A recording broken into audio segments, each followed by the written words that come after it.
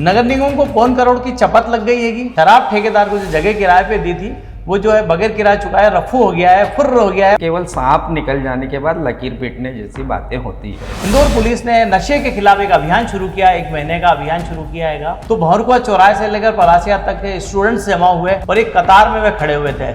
इधर ठेके बांट रहे हैं हम, 25,000 करोड़ रुपए सालाना की आमदनी हो रही है मध्य प्रदेश सरकार को, और इधर ये कैंपेन चला रहे हैं, बस चलता है। इंदौर में फिर स्कूल के बच्चे प्राचार्य के खिलाफ सड़क पर निकले हैंगे कि हॉस्टल के बच्चे और वहां से प्रिंसिपल के खिलाफ शिकायत करने कलेक्टर दफ्तर पहुंचे थे, और जिस रास्ते में निकले थे इनके साथ कोई प्राचार्य नहीं था, ना ही कोई नेता था। मैं यहाँ सुखद बोलूंगा, ये बच्चों में जागृति आ गई है और बच्चे अगर इस प्रकार निकलेंगे तो निसंदेह हमारा सिस्टम सुधरेगा। अभी रानीपुरा के व्यापारियों ने एकजुट हो गए हैं कि अब जो भी किन्नर उनकी दुकान पर नेक मांगने आएंगे त्योहार का, उसे 200 रुपए से ज्यादा नहीं देंगे, सिर्फ 200 रुपए का नेक तय कर लिया है। बिल्कुल, बहुत अच्छा फैसला है।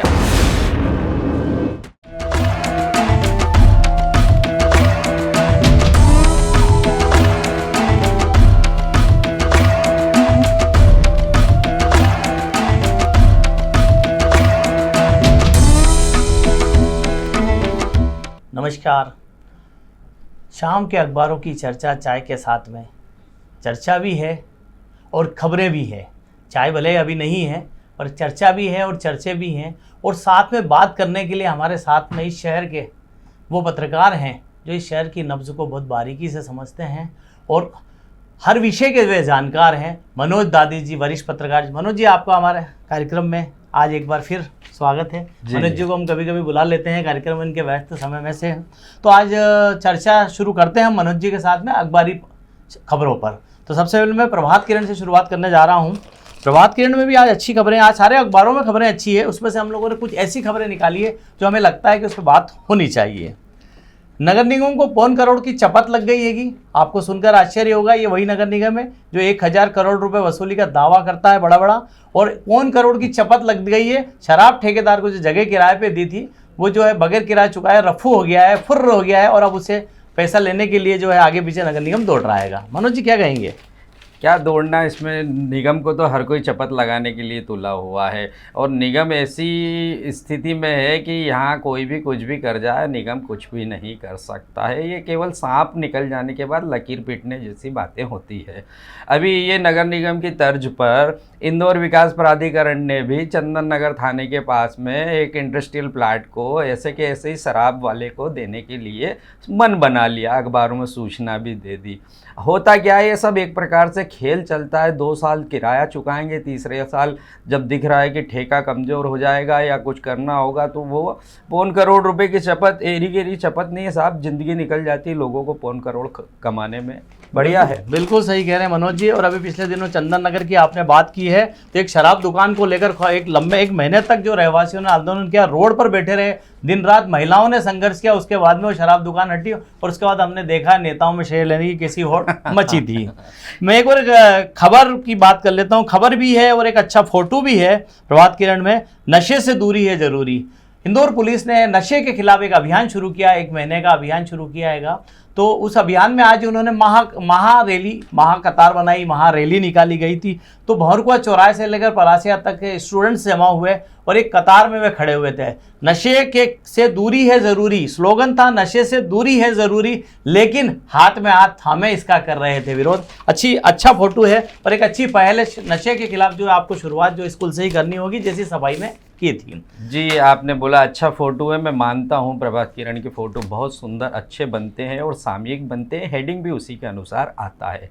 बात रही नशे से दूरी, ये बच्चे खड़े हैं और आम जनता में से जो नशे वाले हैं वो तो है नहीं वहाँ पर, है ना। दुकानें आप मेन रोड पर दे रहे हैं, ऐसी जगह पर दे रहे हैं कि वहाँ हर कोई नशा करने के लिए आ सकता है, तो फिर ये केवल एक शगुफे छोड़े जाते हैं। ये एक सिस्टम है। इधर ठेके बांट रहे हैं हम, 25,000 करोड़ रुपए सालाना की आमदनी हो रही है मध्य प्रदेश सरकार को, और इधर ये कैंपेन चला रहे हैं, बस चलता है ऐसे ही तमाकू। मनोज जी, किसी भी चीज को लेकर जागरूकता पहले जरूरी होती है और उसके लिए जागरूकता तो लानी होगी। ठीक है, नई दुकानों की आप बात कर रहे हैं, अब किसी भी चीज़ को रोकने की बजाय उसको ऊपर जागरूकता जितनी लाएंगे, जब तक आप बुराई हर चीज़ में है, हर बुराई से निपटने के लिए जागरूक ही होना पड़ेगा और पहली पहल जागरूक ही होती है।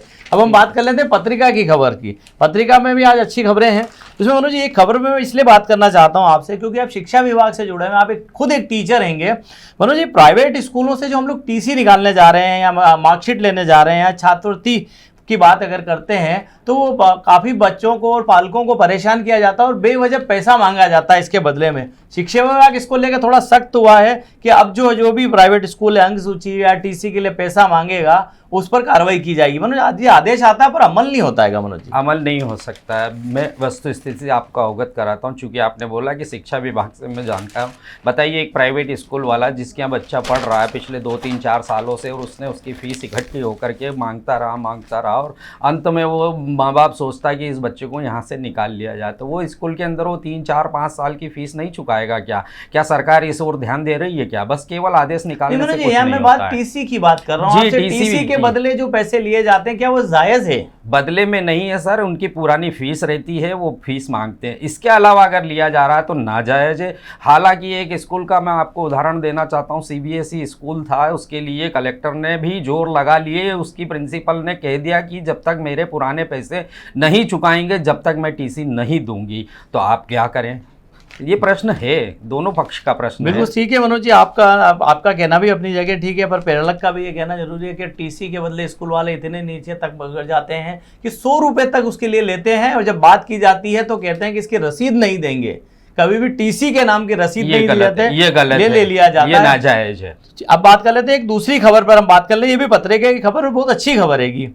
इंदौर ओंकारेश्वर, अभी ओंकारेश्वर सावन का महीना चल रहा है, आने जाने वालों की भीड़ है, लोग दर्शन के लिए जा रहे हैं, तीर्थ करने जा रहे हैं, नर्मदा जी में डुबकी लगाने जा रहे हैं। बसों में जो है काफ़ी भीड़ है, बसें चल रही है। इंदौर ओंकारेश्वर रोड पर सोनकर परिवार का दबदबा हैगा।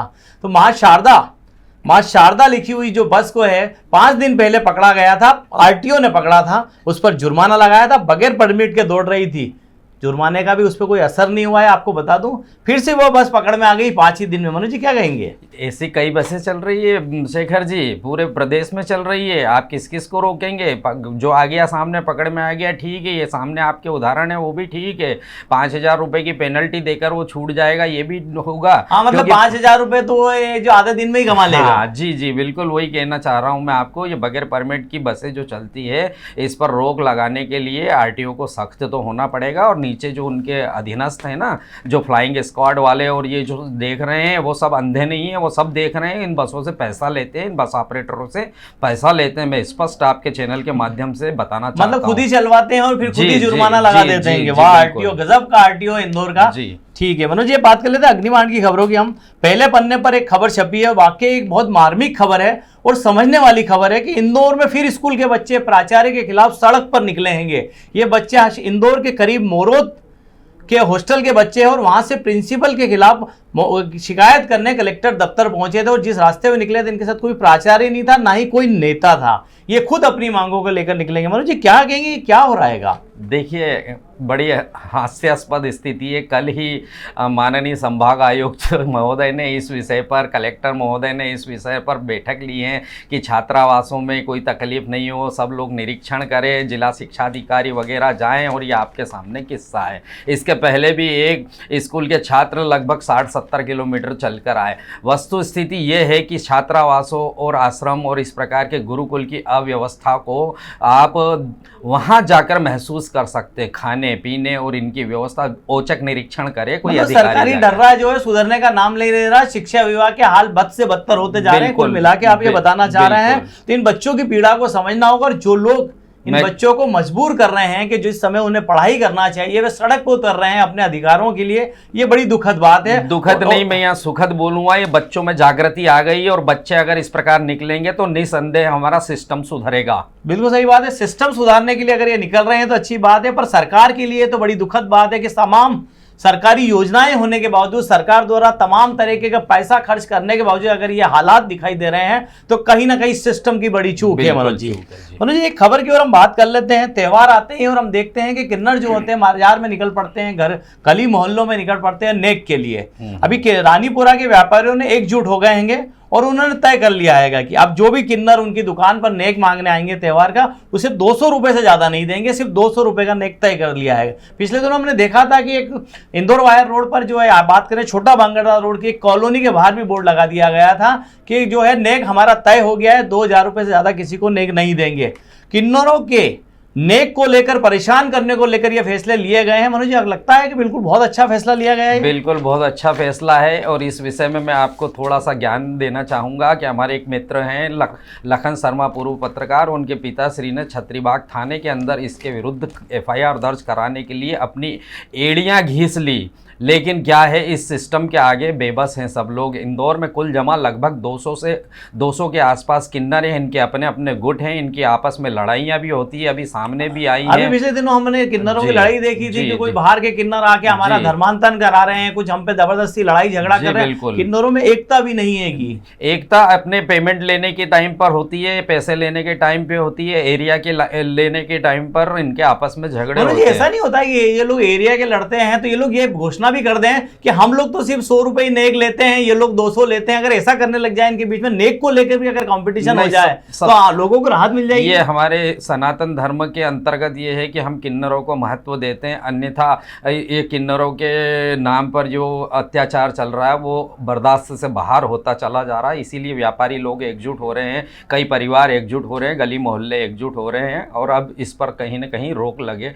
ये आम जनता ही रोक लगाएगी। मनोज, इसमें जिला प्रशासन की मदद नहीं मिलती है या पुलिस प्रशासन की इसमें मदद मिलनी चाहिए कि नहीं चाहिए? मैं आपसे निवेदन किया हूं कि पुलिस प्रशासन के यहाँ पर एड़ी चोटी घिसने के बावजूद वो व्यक्ति जो FIR दर्ज नहीं करवा पाया, जबकि किन्नरों ने उसी थाने के ऊपर नग्न अवस्था में अपना प्रदर्शन किया था, बावजूद उसके पुलिस कुछ नहीं कर सकती। फिर ये तो वही बात हो गई कि नंगे के नोई गरा बलवान, बाकी उसके क्या बात की जाए। बिल्कुल सही कह रहे हैं, बिल्कुल सही बात कर रहे हैं। अब मैं बात कर लेता हूँ दोपहर की खबरों की बात। मैं आपको बता देता हूँ दोपहर में पहले पन्ने की जो खबर है, ताकि आपको जानकारी रहे कि देश में क्या चल रहा है। बिहार में इन दोनों हम देख रहे हैं मतदाता सूची का परीक्षण हो रहा है, जिसको लेकर विपक्ष और विपक्ष के बीच में जो खींचतान मची पड़ी हुई, इसकी देश भर में गूंज है। इसी बीच चुनाव आयोग ने जो एक नया शगुफा छोड़ दिया है, इस तरीके की मतदाता सूची की जांच पूरे देश में होगी, मतलब किसी भी राज्य को नहीं छोड़ा जाएगा। चुनाव आयोग जल्दी इसका एक शेड्यूल भी जारी करने वाला है। बिहार चुनाव के पहले जिस तरीके से ये सियासत हो रही है जनगणना या मतगणना को लेकर, जनगणना और मतदाता सूची का जो गहन अध्ययन हो रहा है,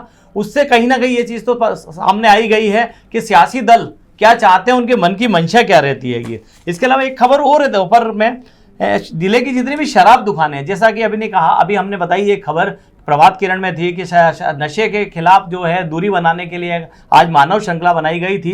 वैसे ही जिले की जितनी भी शराब दुकानें, जैसे मनोज जी कह रहे थे, शराब दुकानों पर नशा मुक्ति के पोस्टर लगा दिए गए हैं। मतलब जो वहां पर दारू गड़कने के लिए लेने जाते हैं वे उसकी तरफ ध्यान देंगे कि देंगे ये मुझे नहीं पता, क्योंकि जिस बोतल से वो दारू पीते हैं या सिगरेट जो पीते हैं या बीड़ी जिस पीते हैं, उसके पैकेट पे लिखा होता है कि धूम्रपान करना सेहत के लिए हानिकारक है। ऐसे ही शराब की बोतल पर भी सीधा खुला लिखा होता है कि शराब पीना सेहत के लिए हानिकारक है, पर फिर भी पीते हैं और गटक के पीते हैंगे। तो आप पोस्टर लगाने का कितना असर होगा मनोज जी? कोई असर नहीं होगा। अब मैं आपको पुनः उसमें दैनिक दोपहर की फ्रंट की जो खबर है, बहुत अच्छी खबर है, राष्ट्रीय स्तर की खबर है कि बिहार के अंदर लगभग 70 लाख मतदाता ऐसे हैं जिनमें से आधे से अधिक उस प्रदेश में नहीं रहते हैं, उसमें से आधे 25% दुनिया से चले गए हैं और 25% ऐसे निकले हैं जो दूसरे देश के हैं।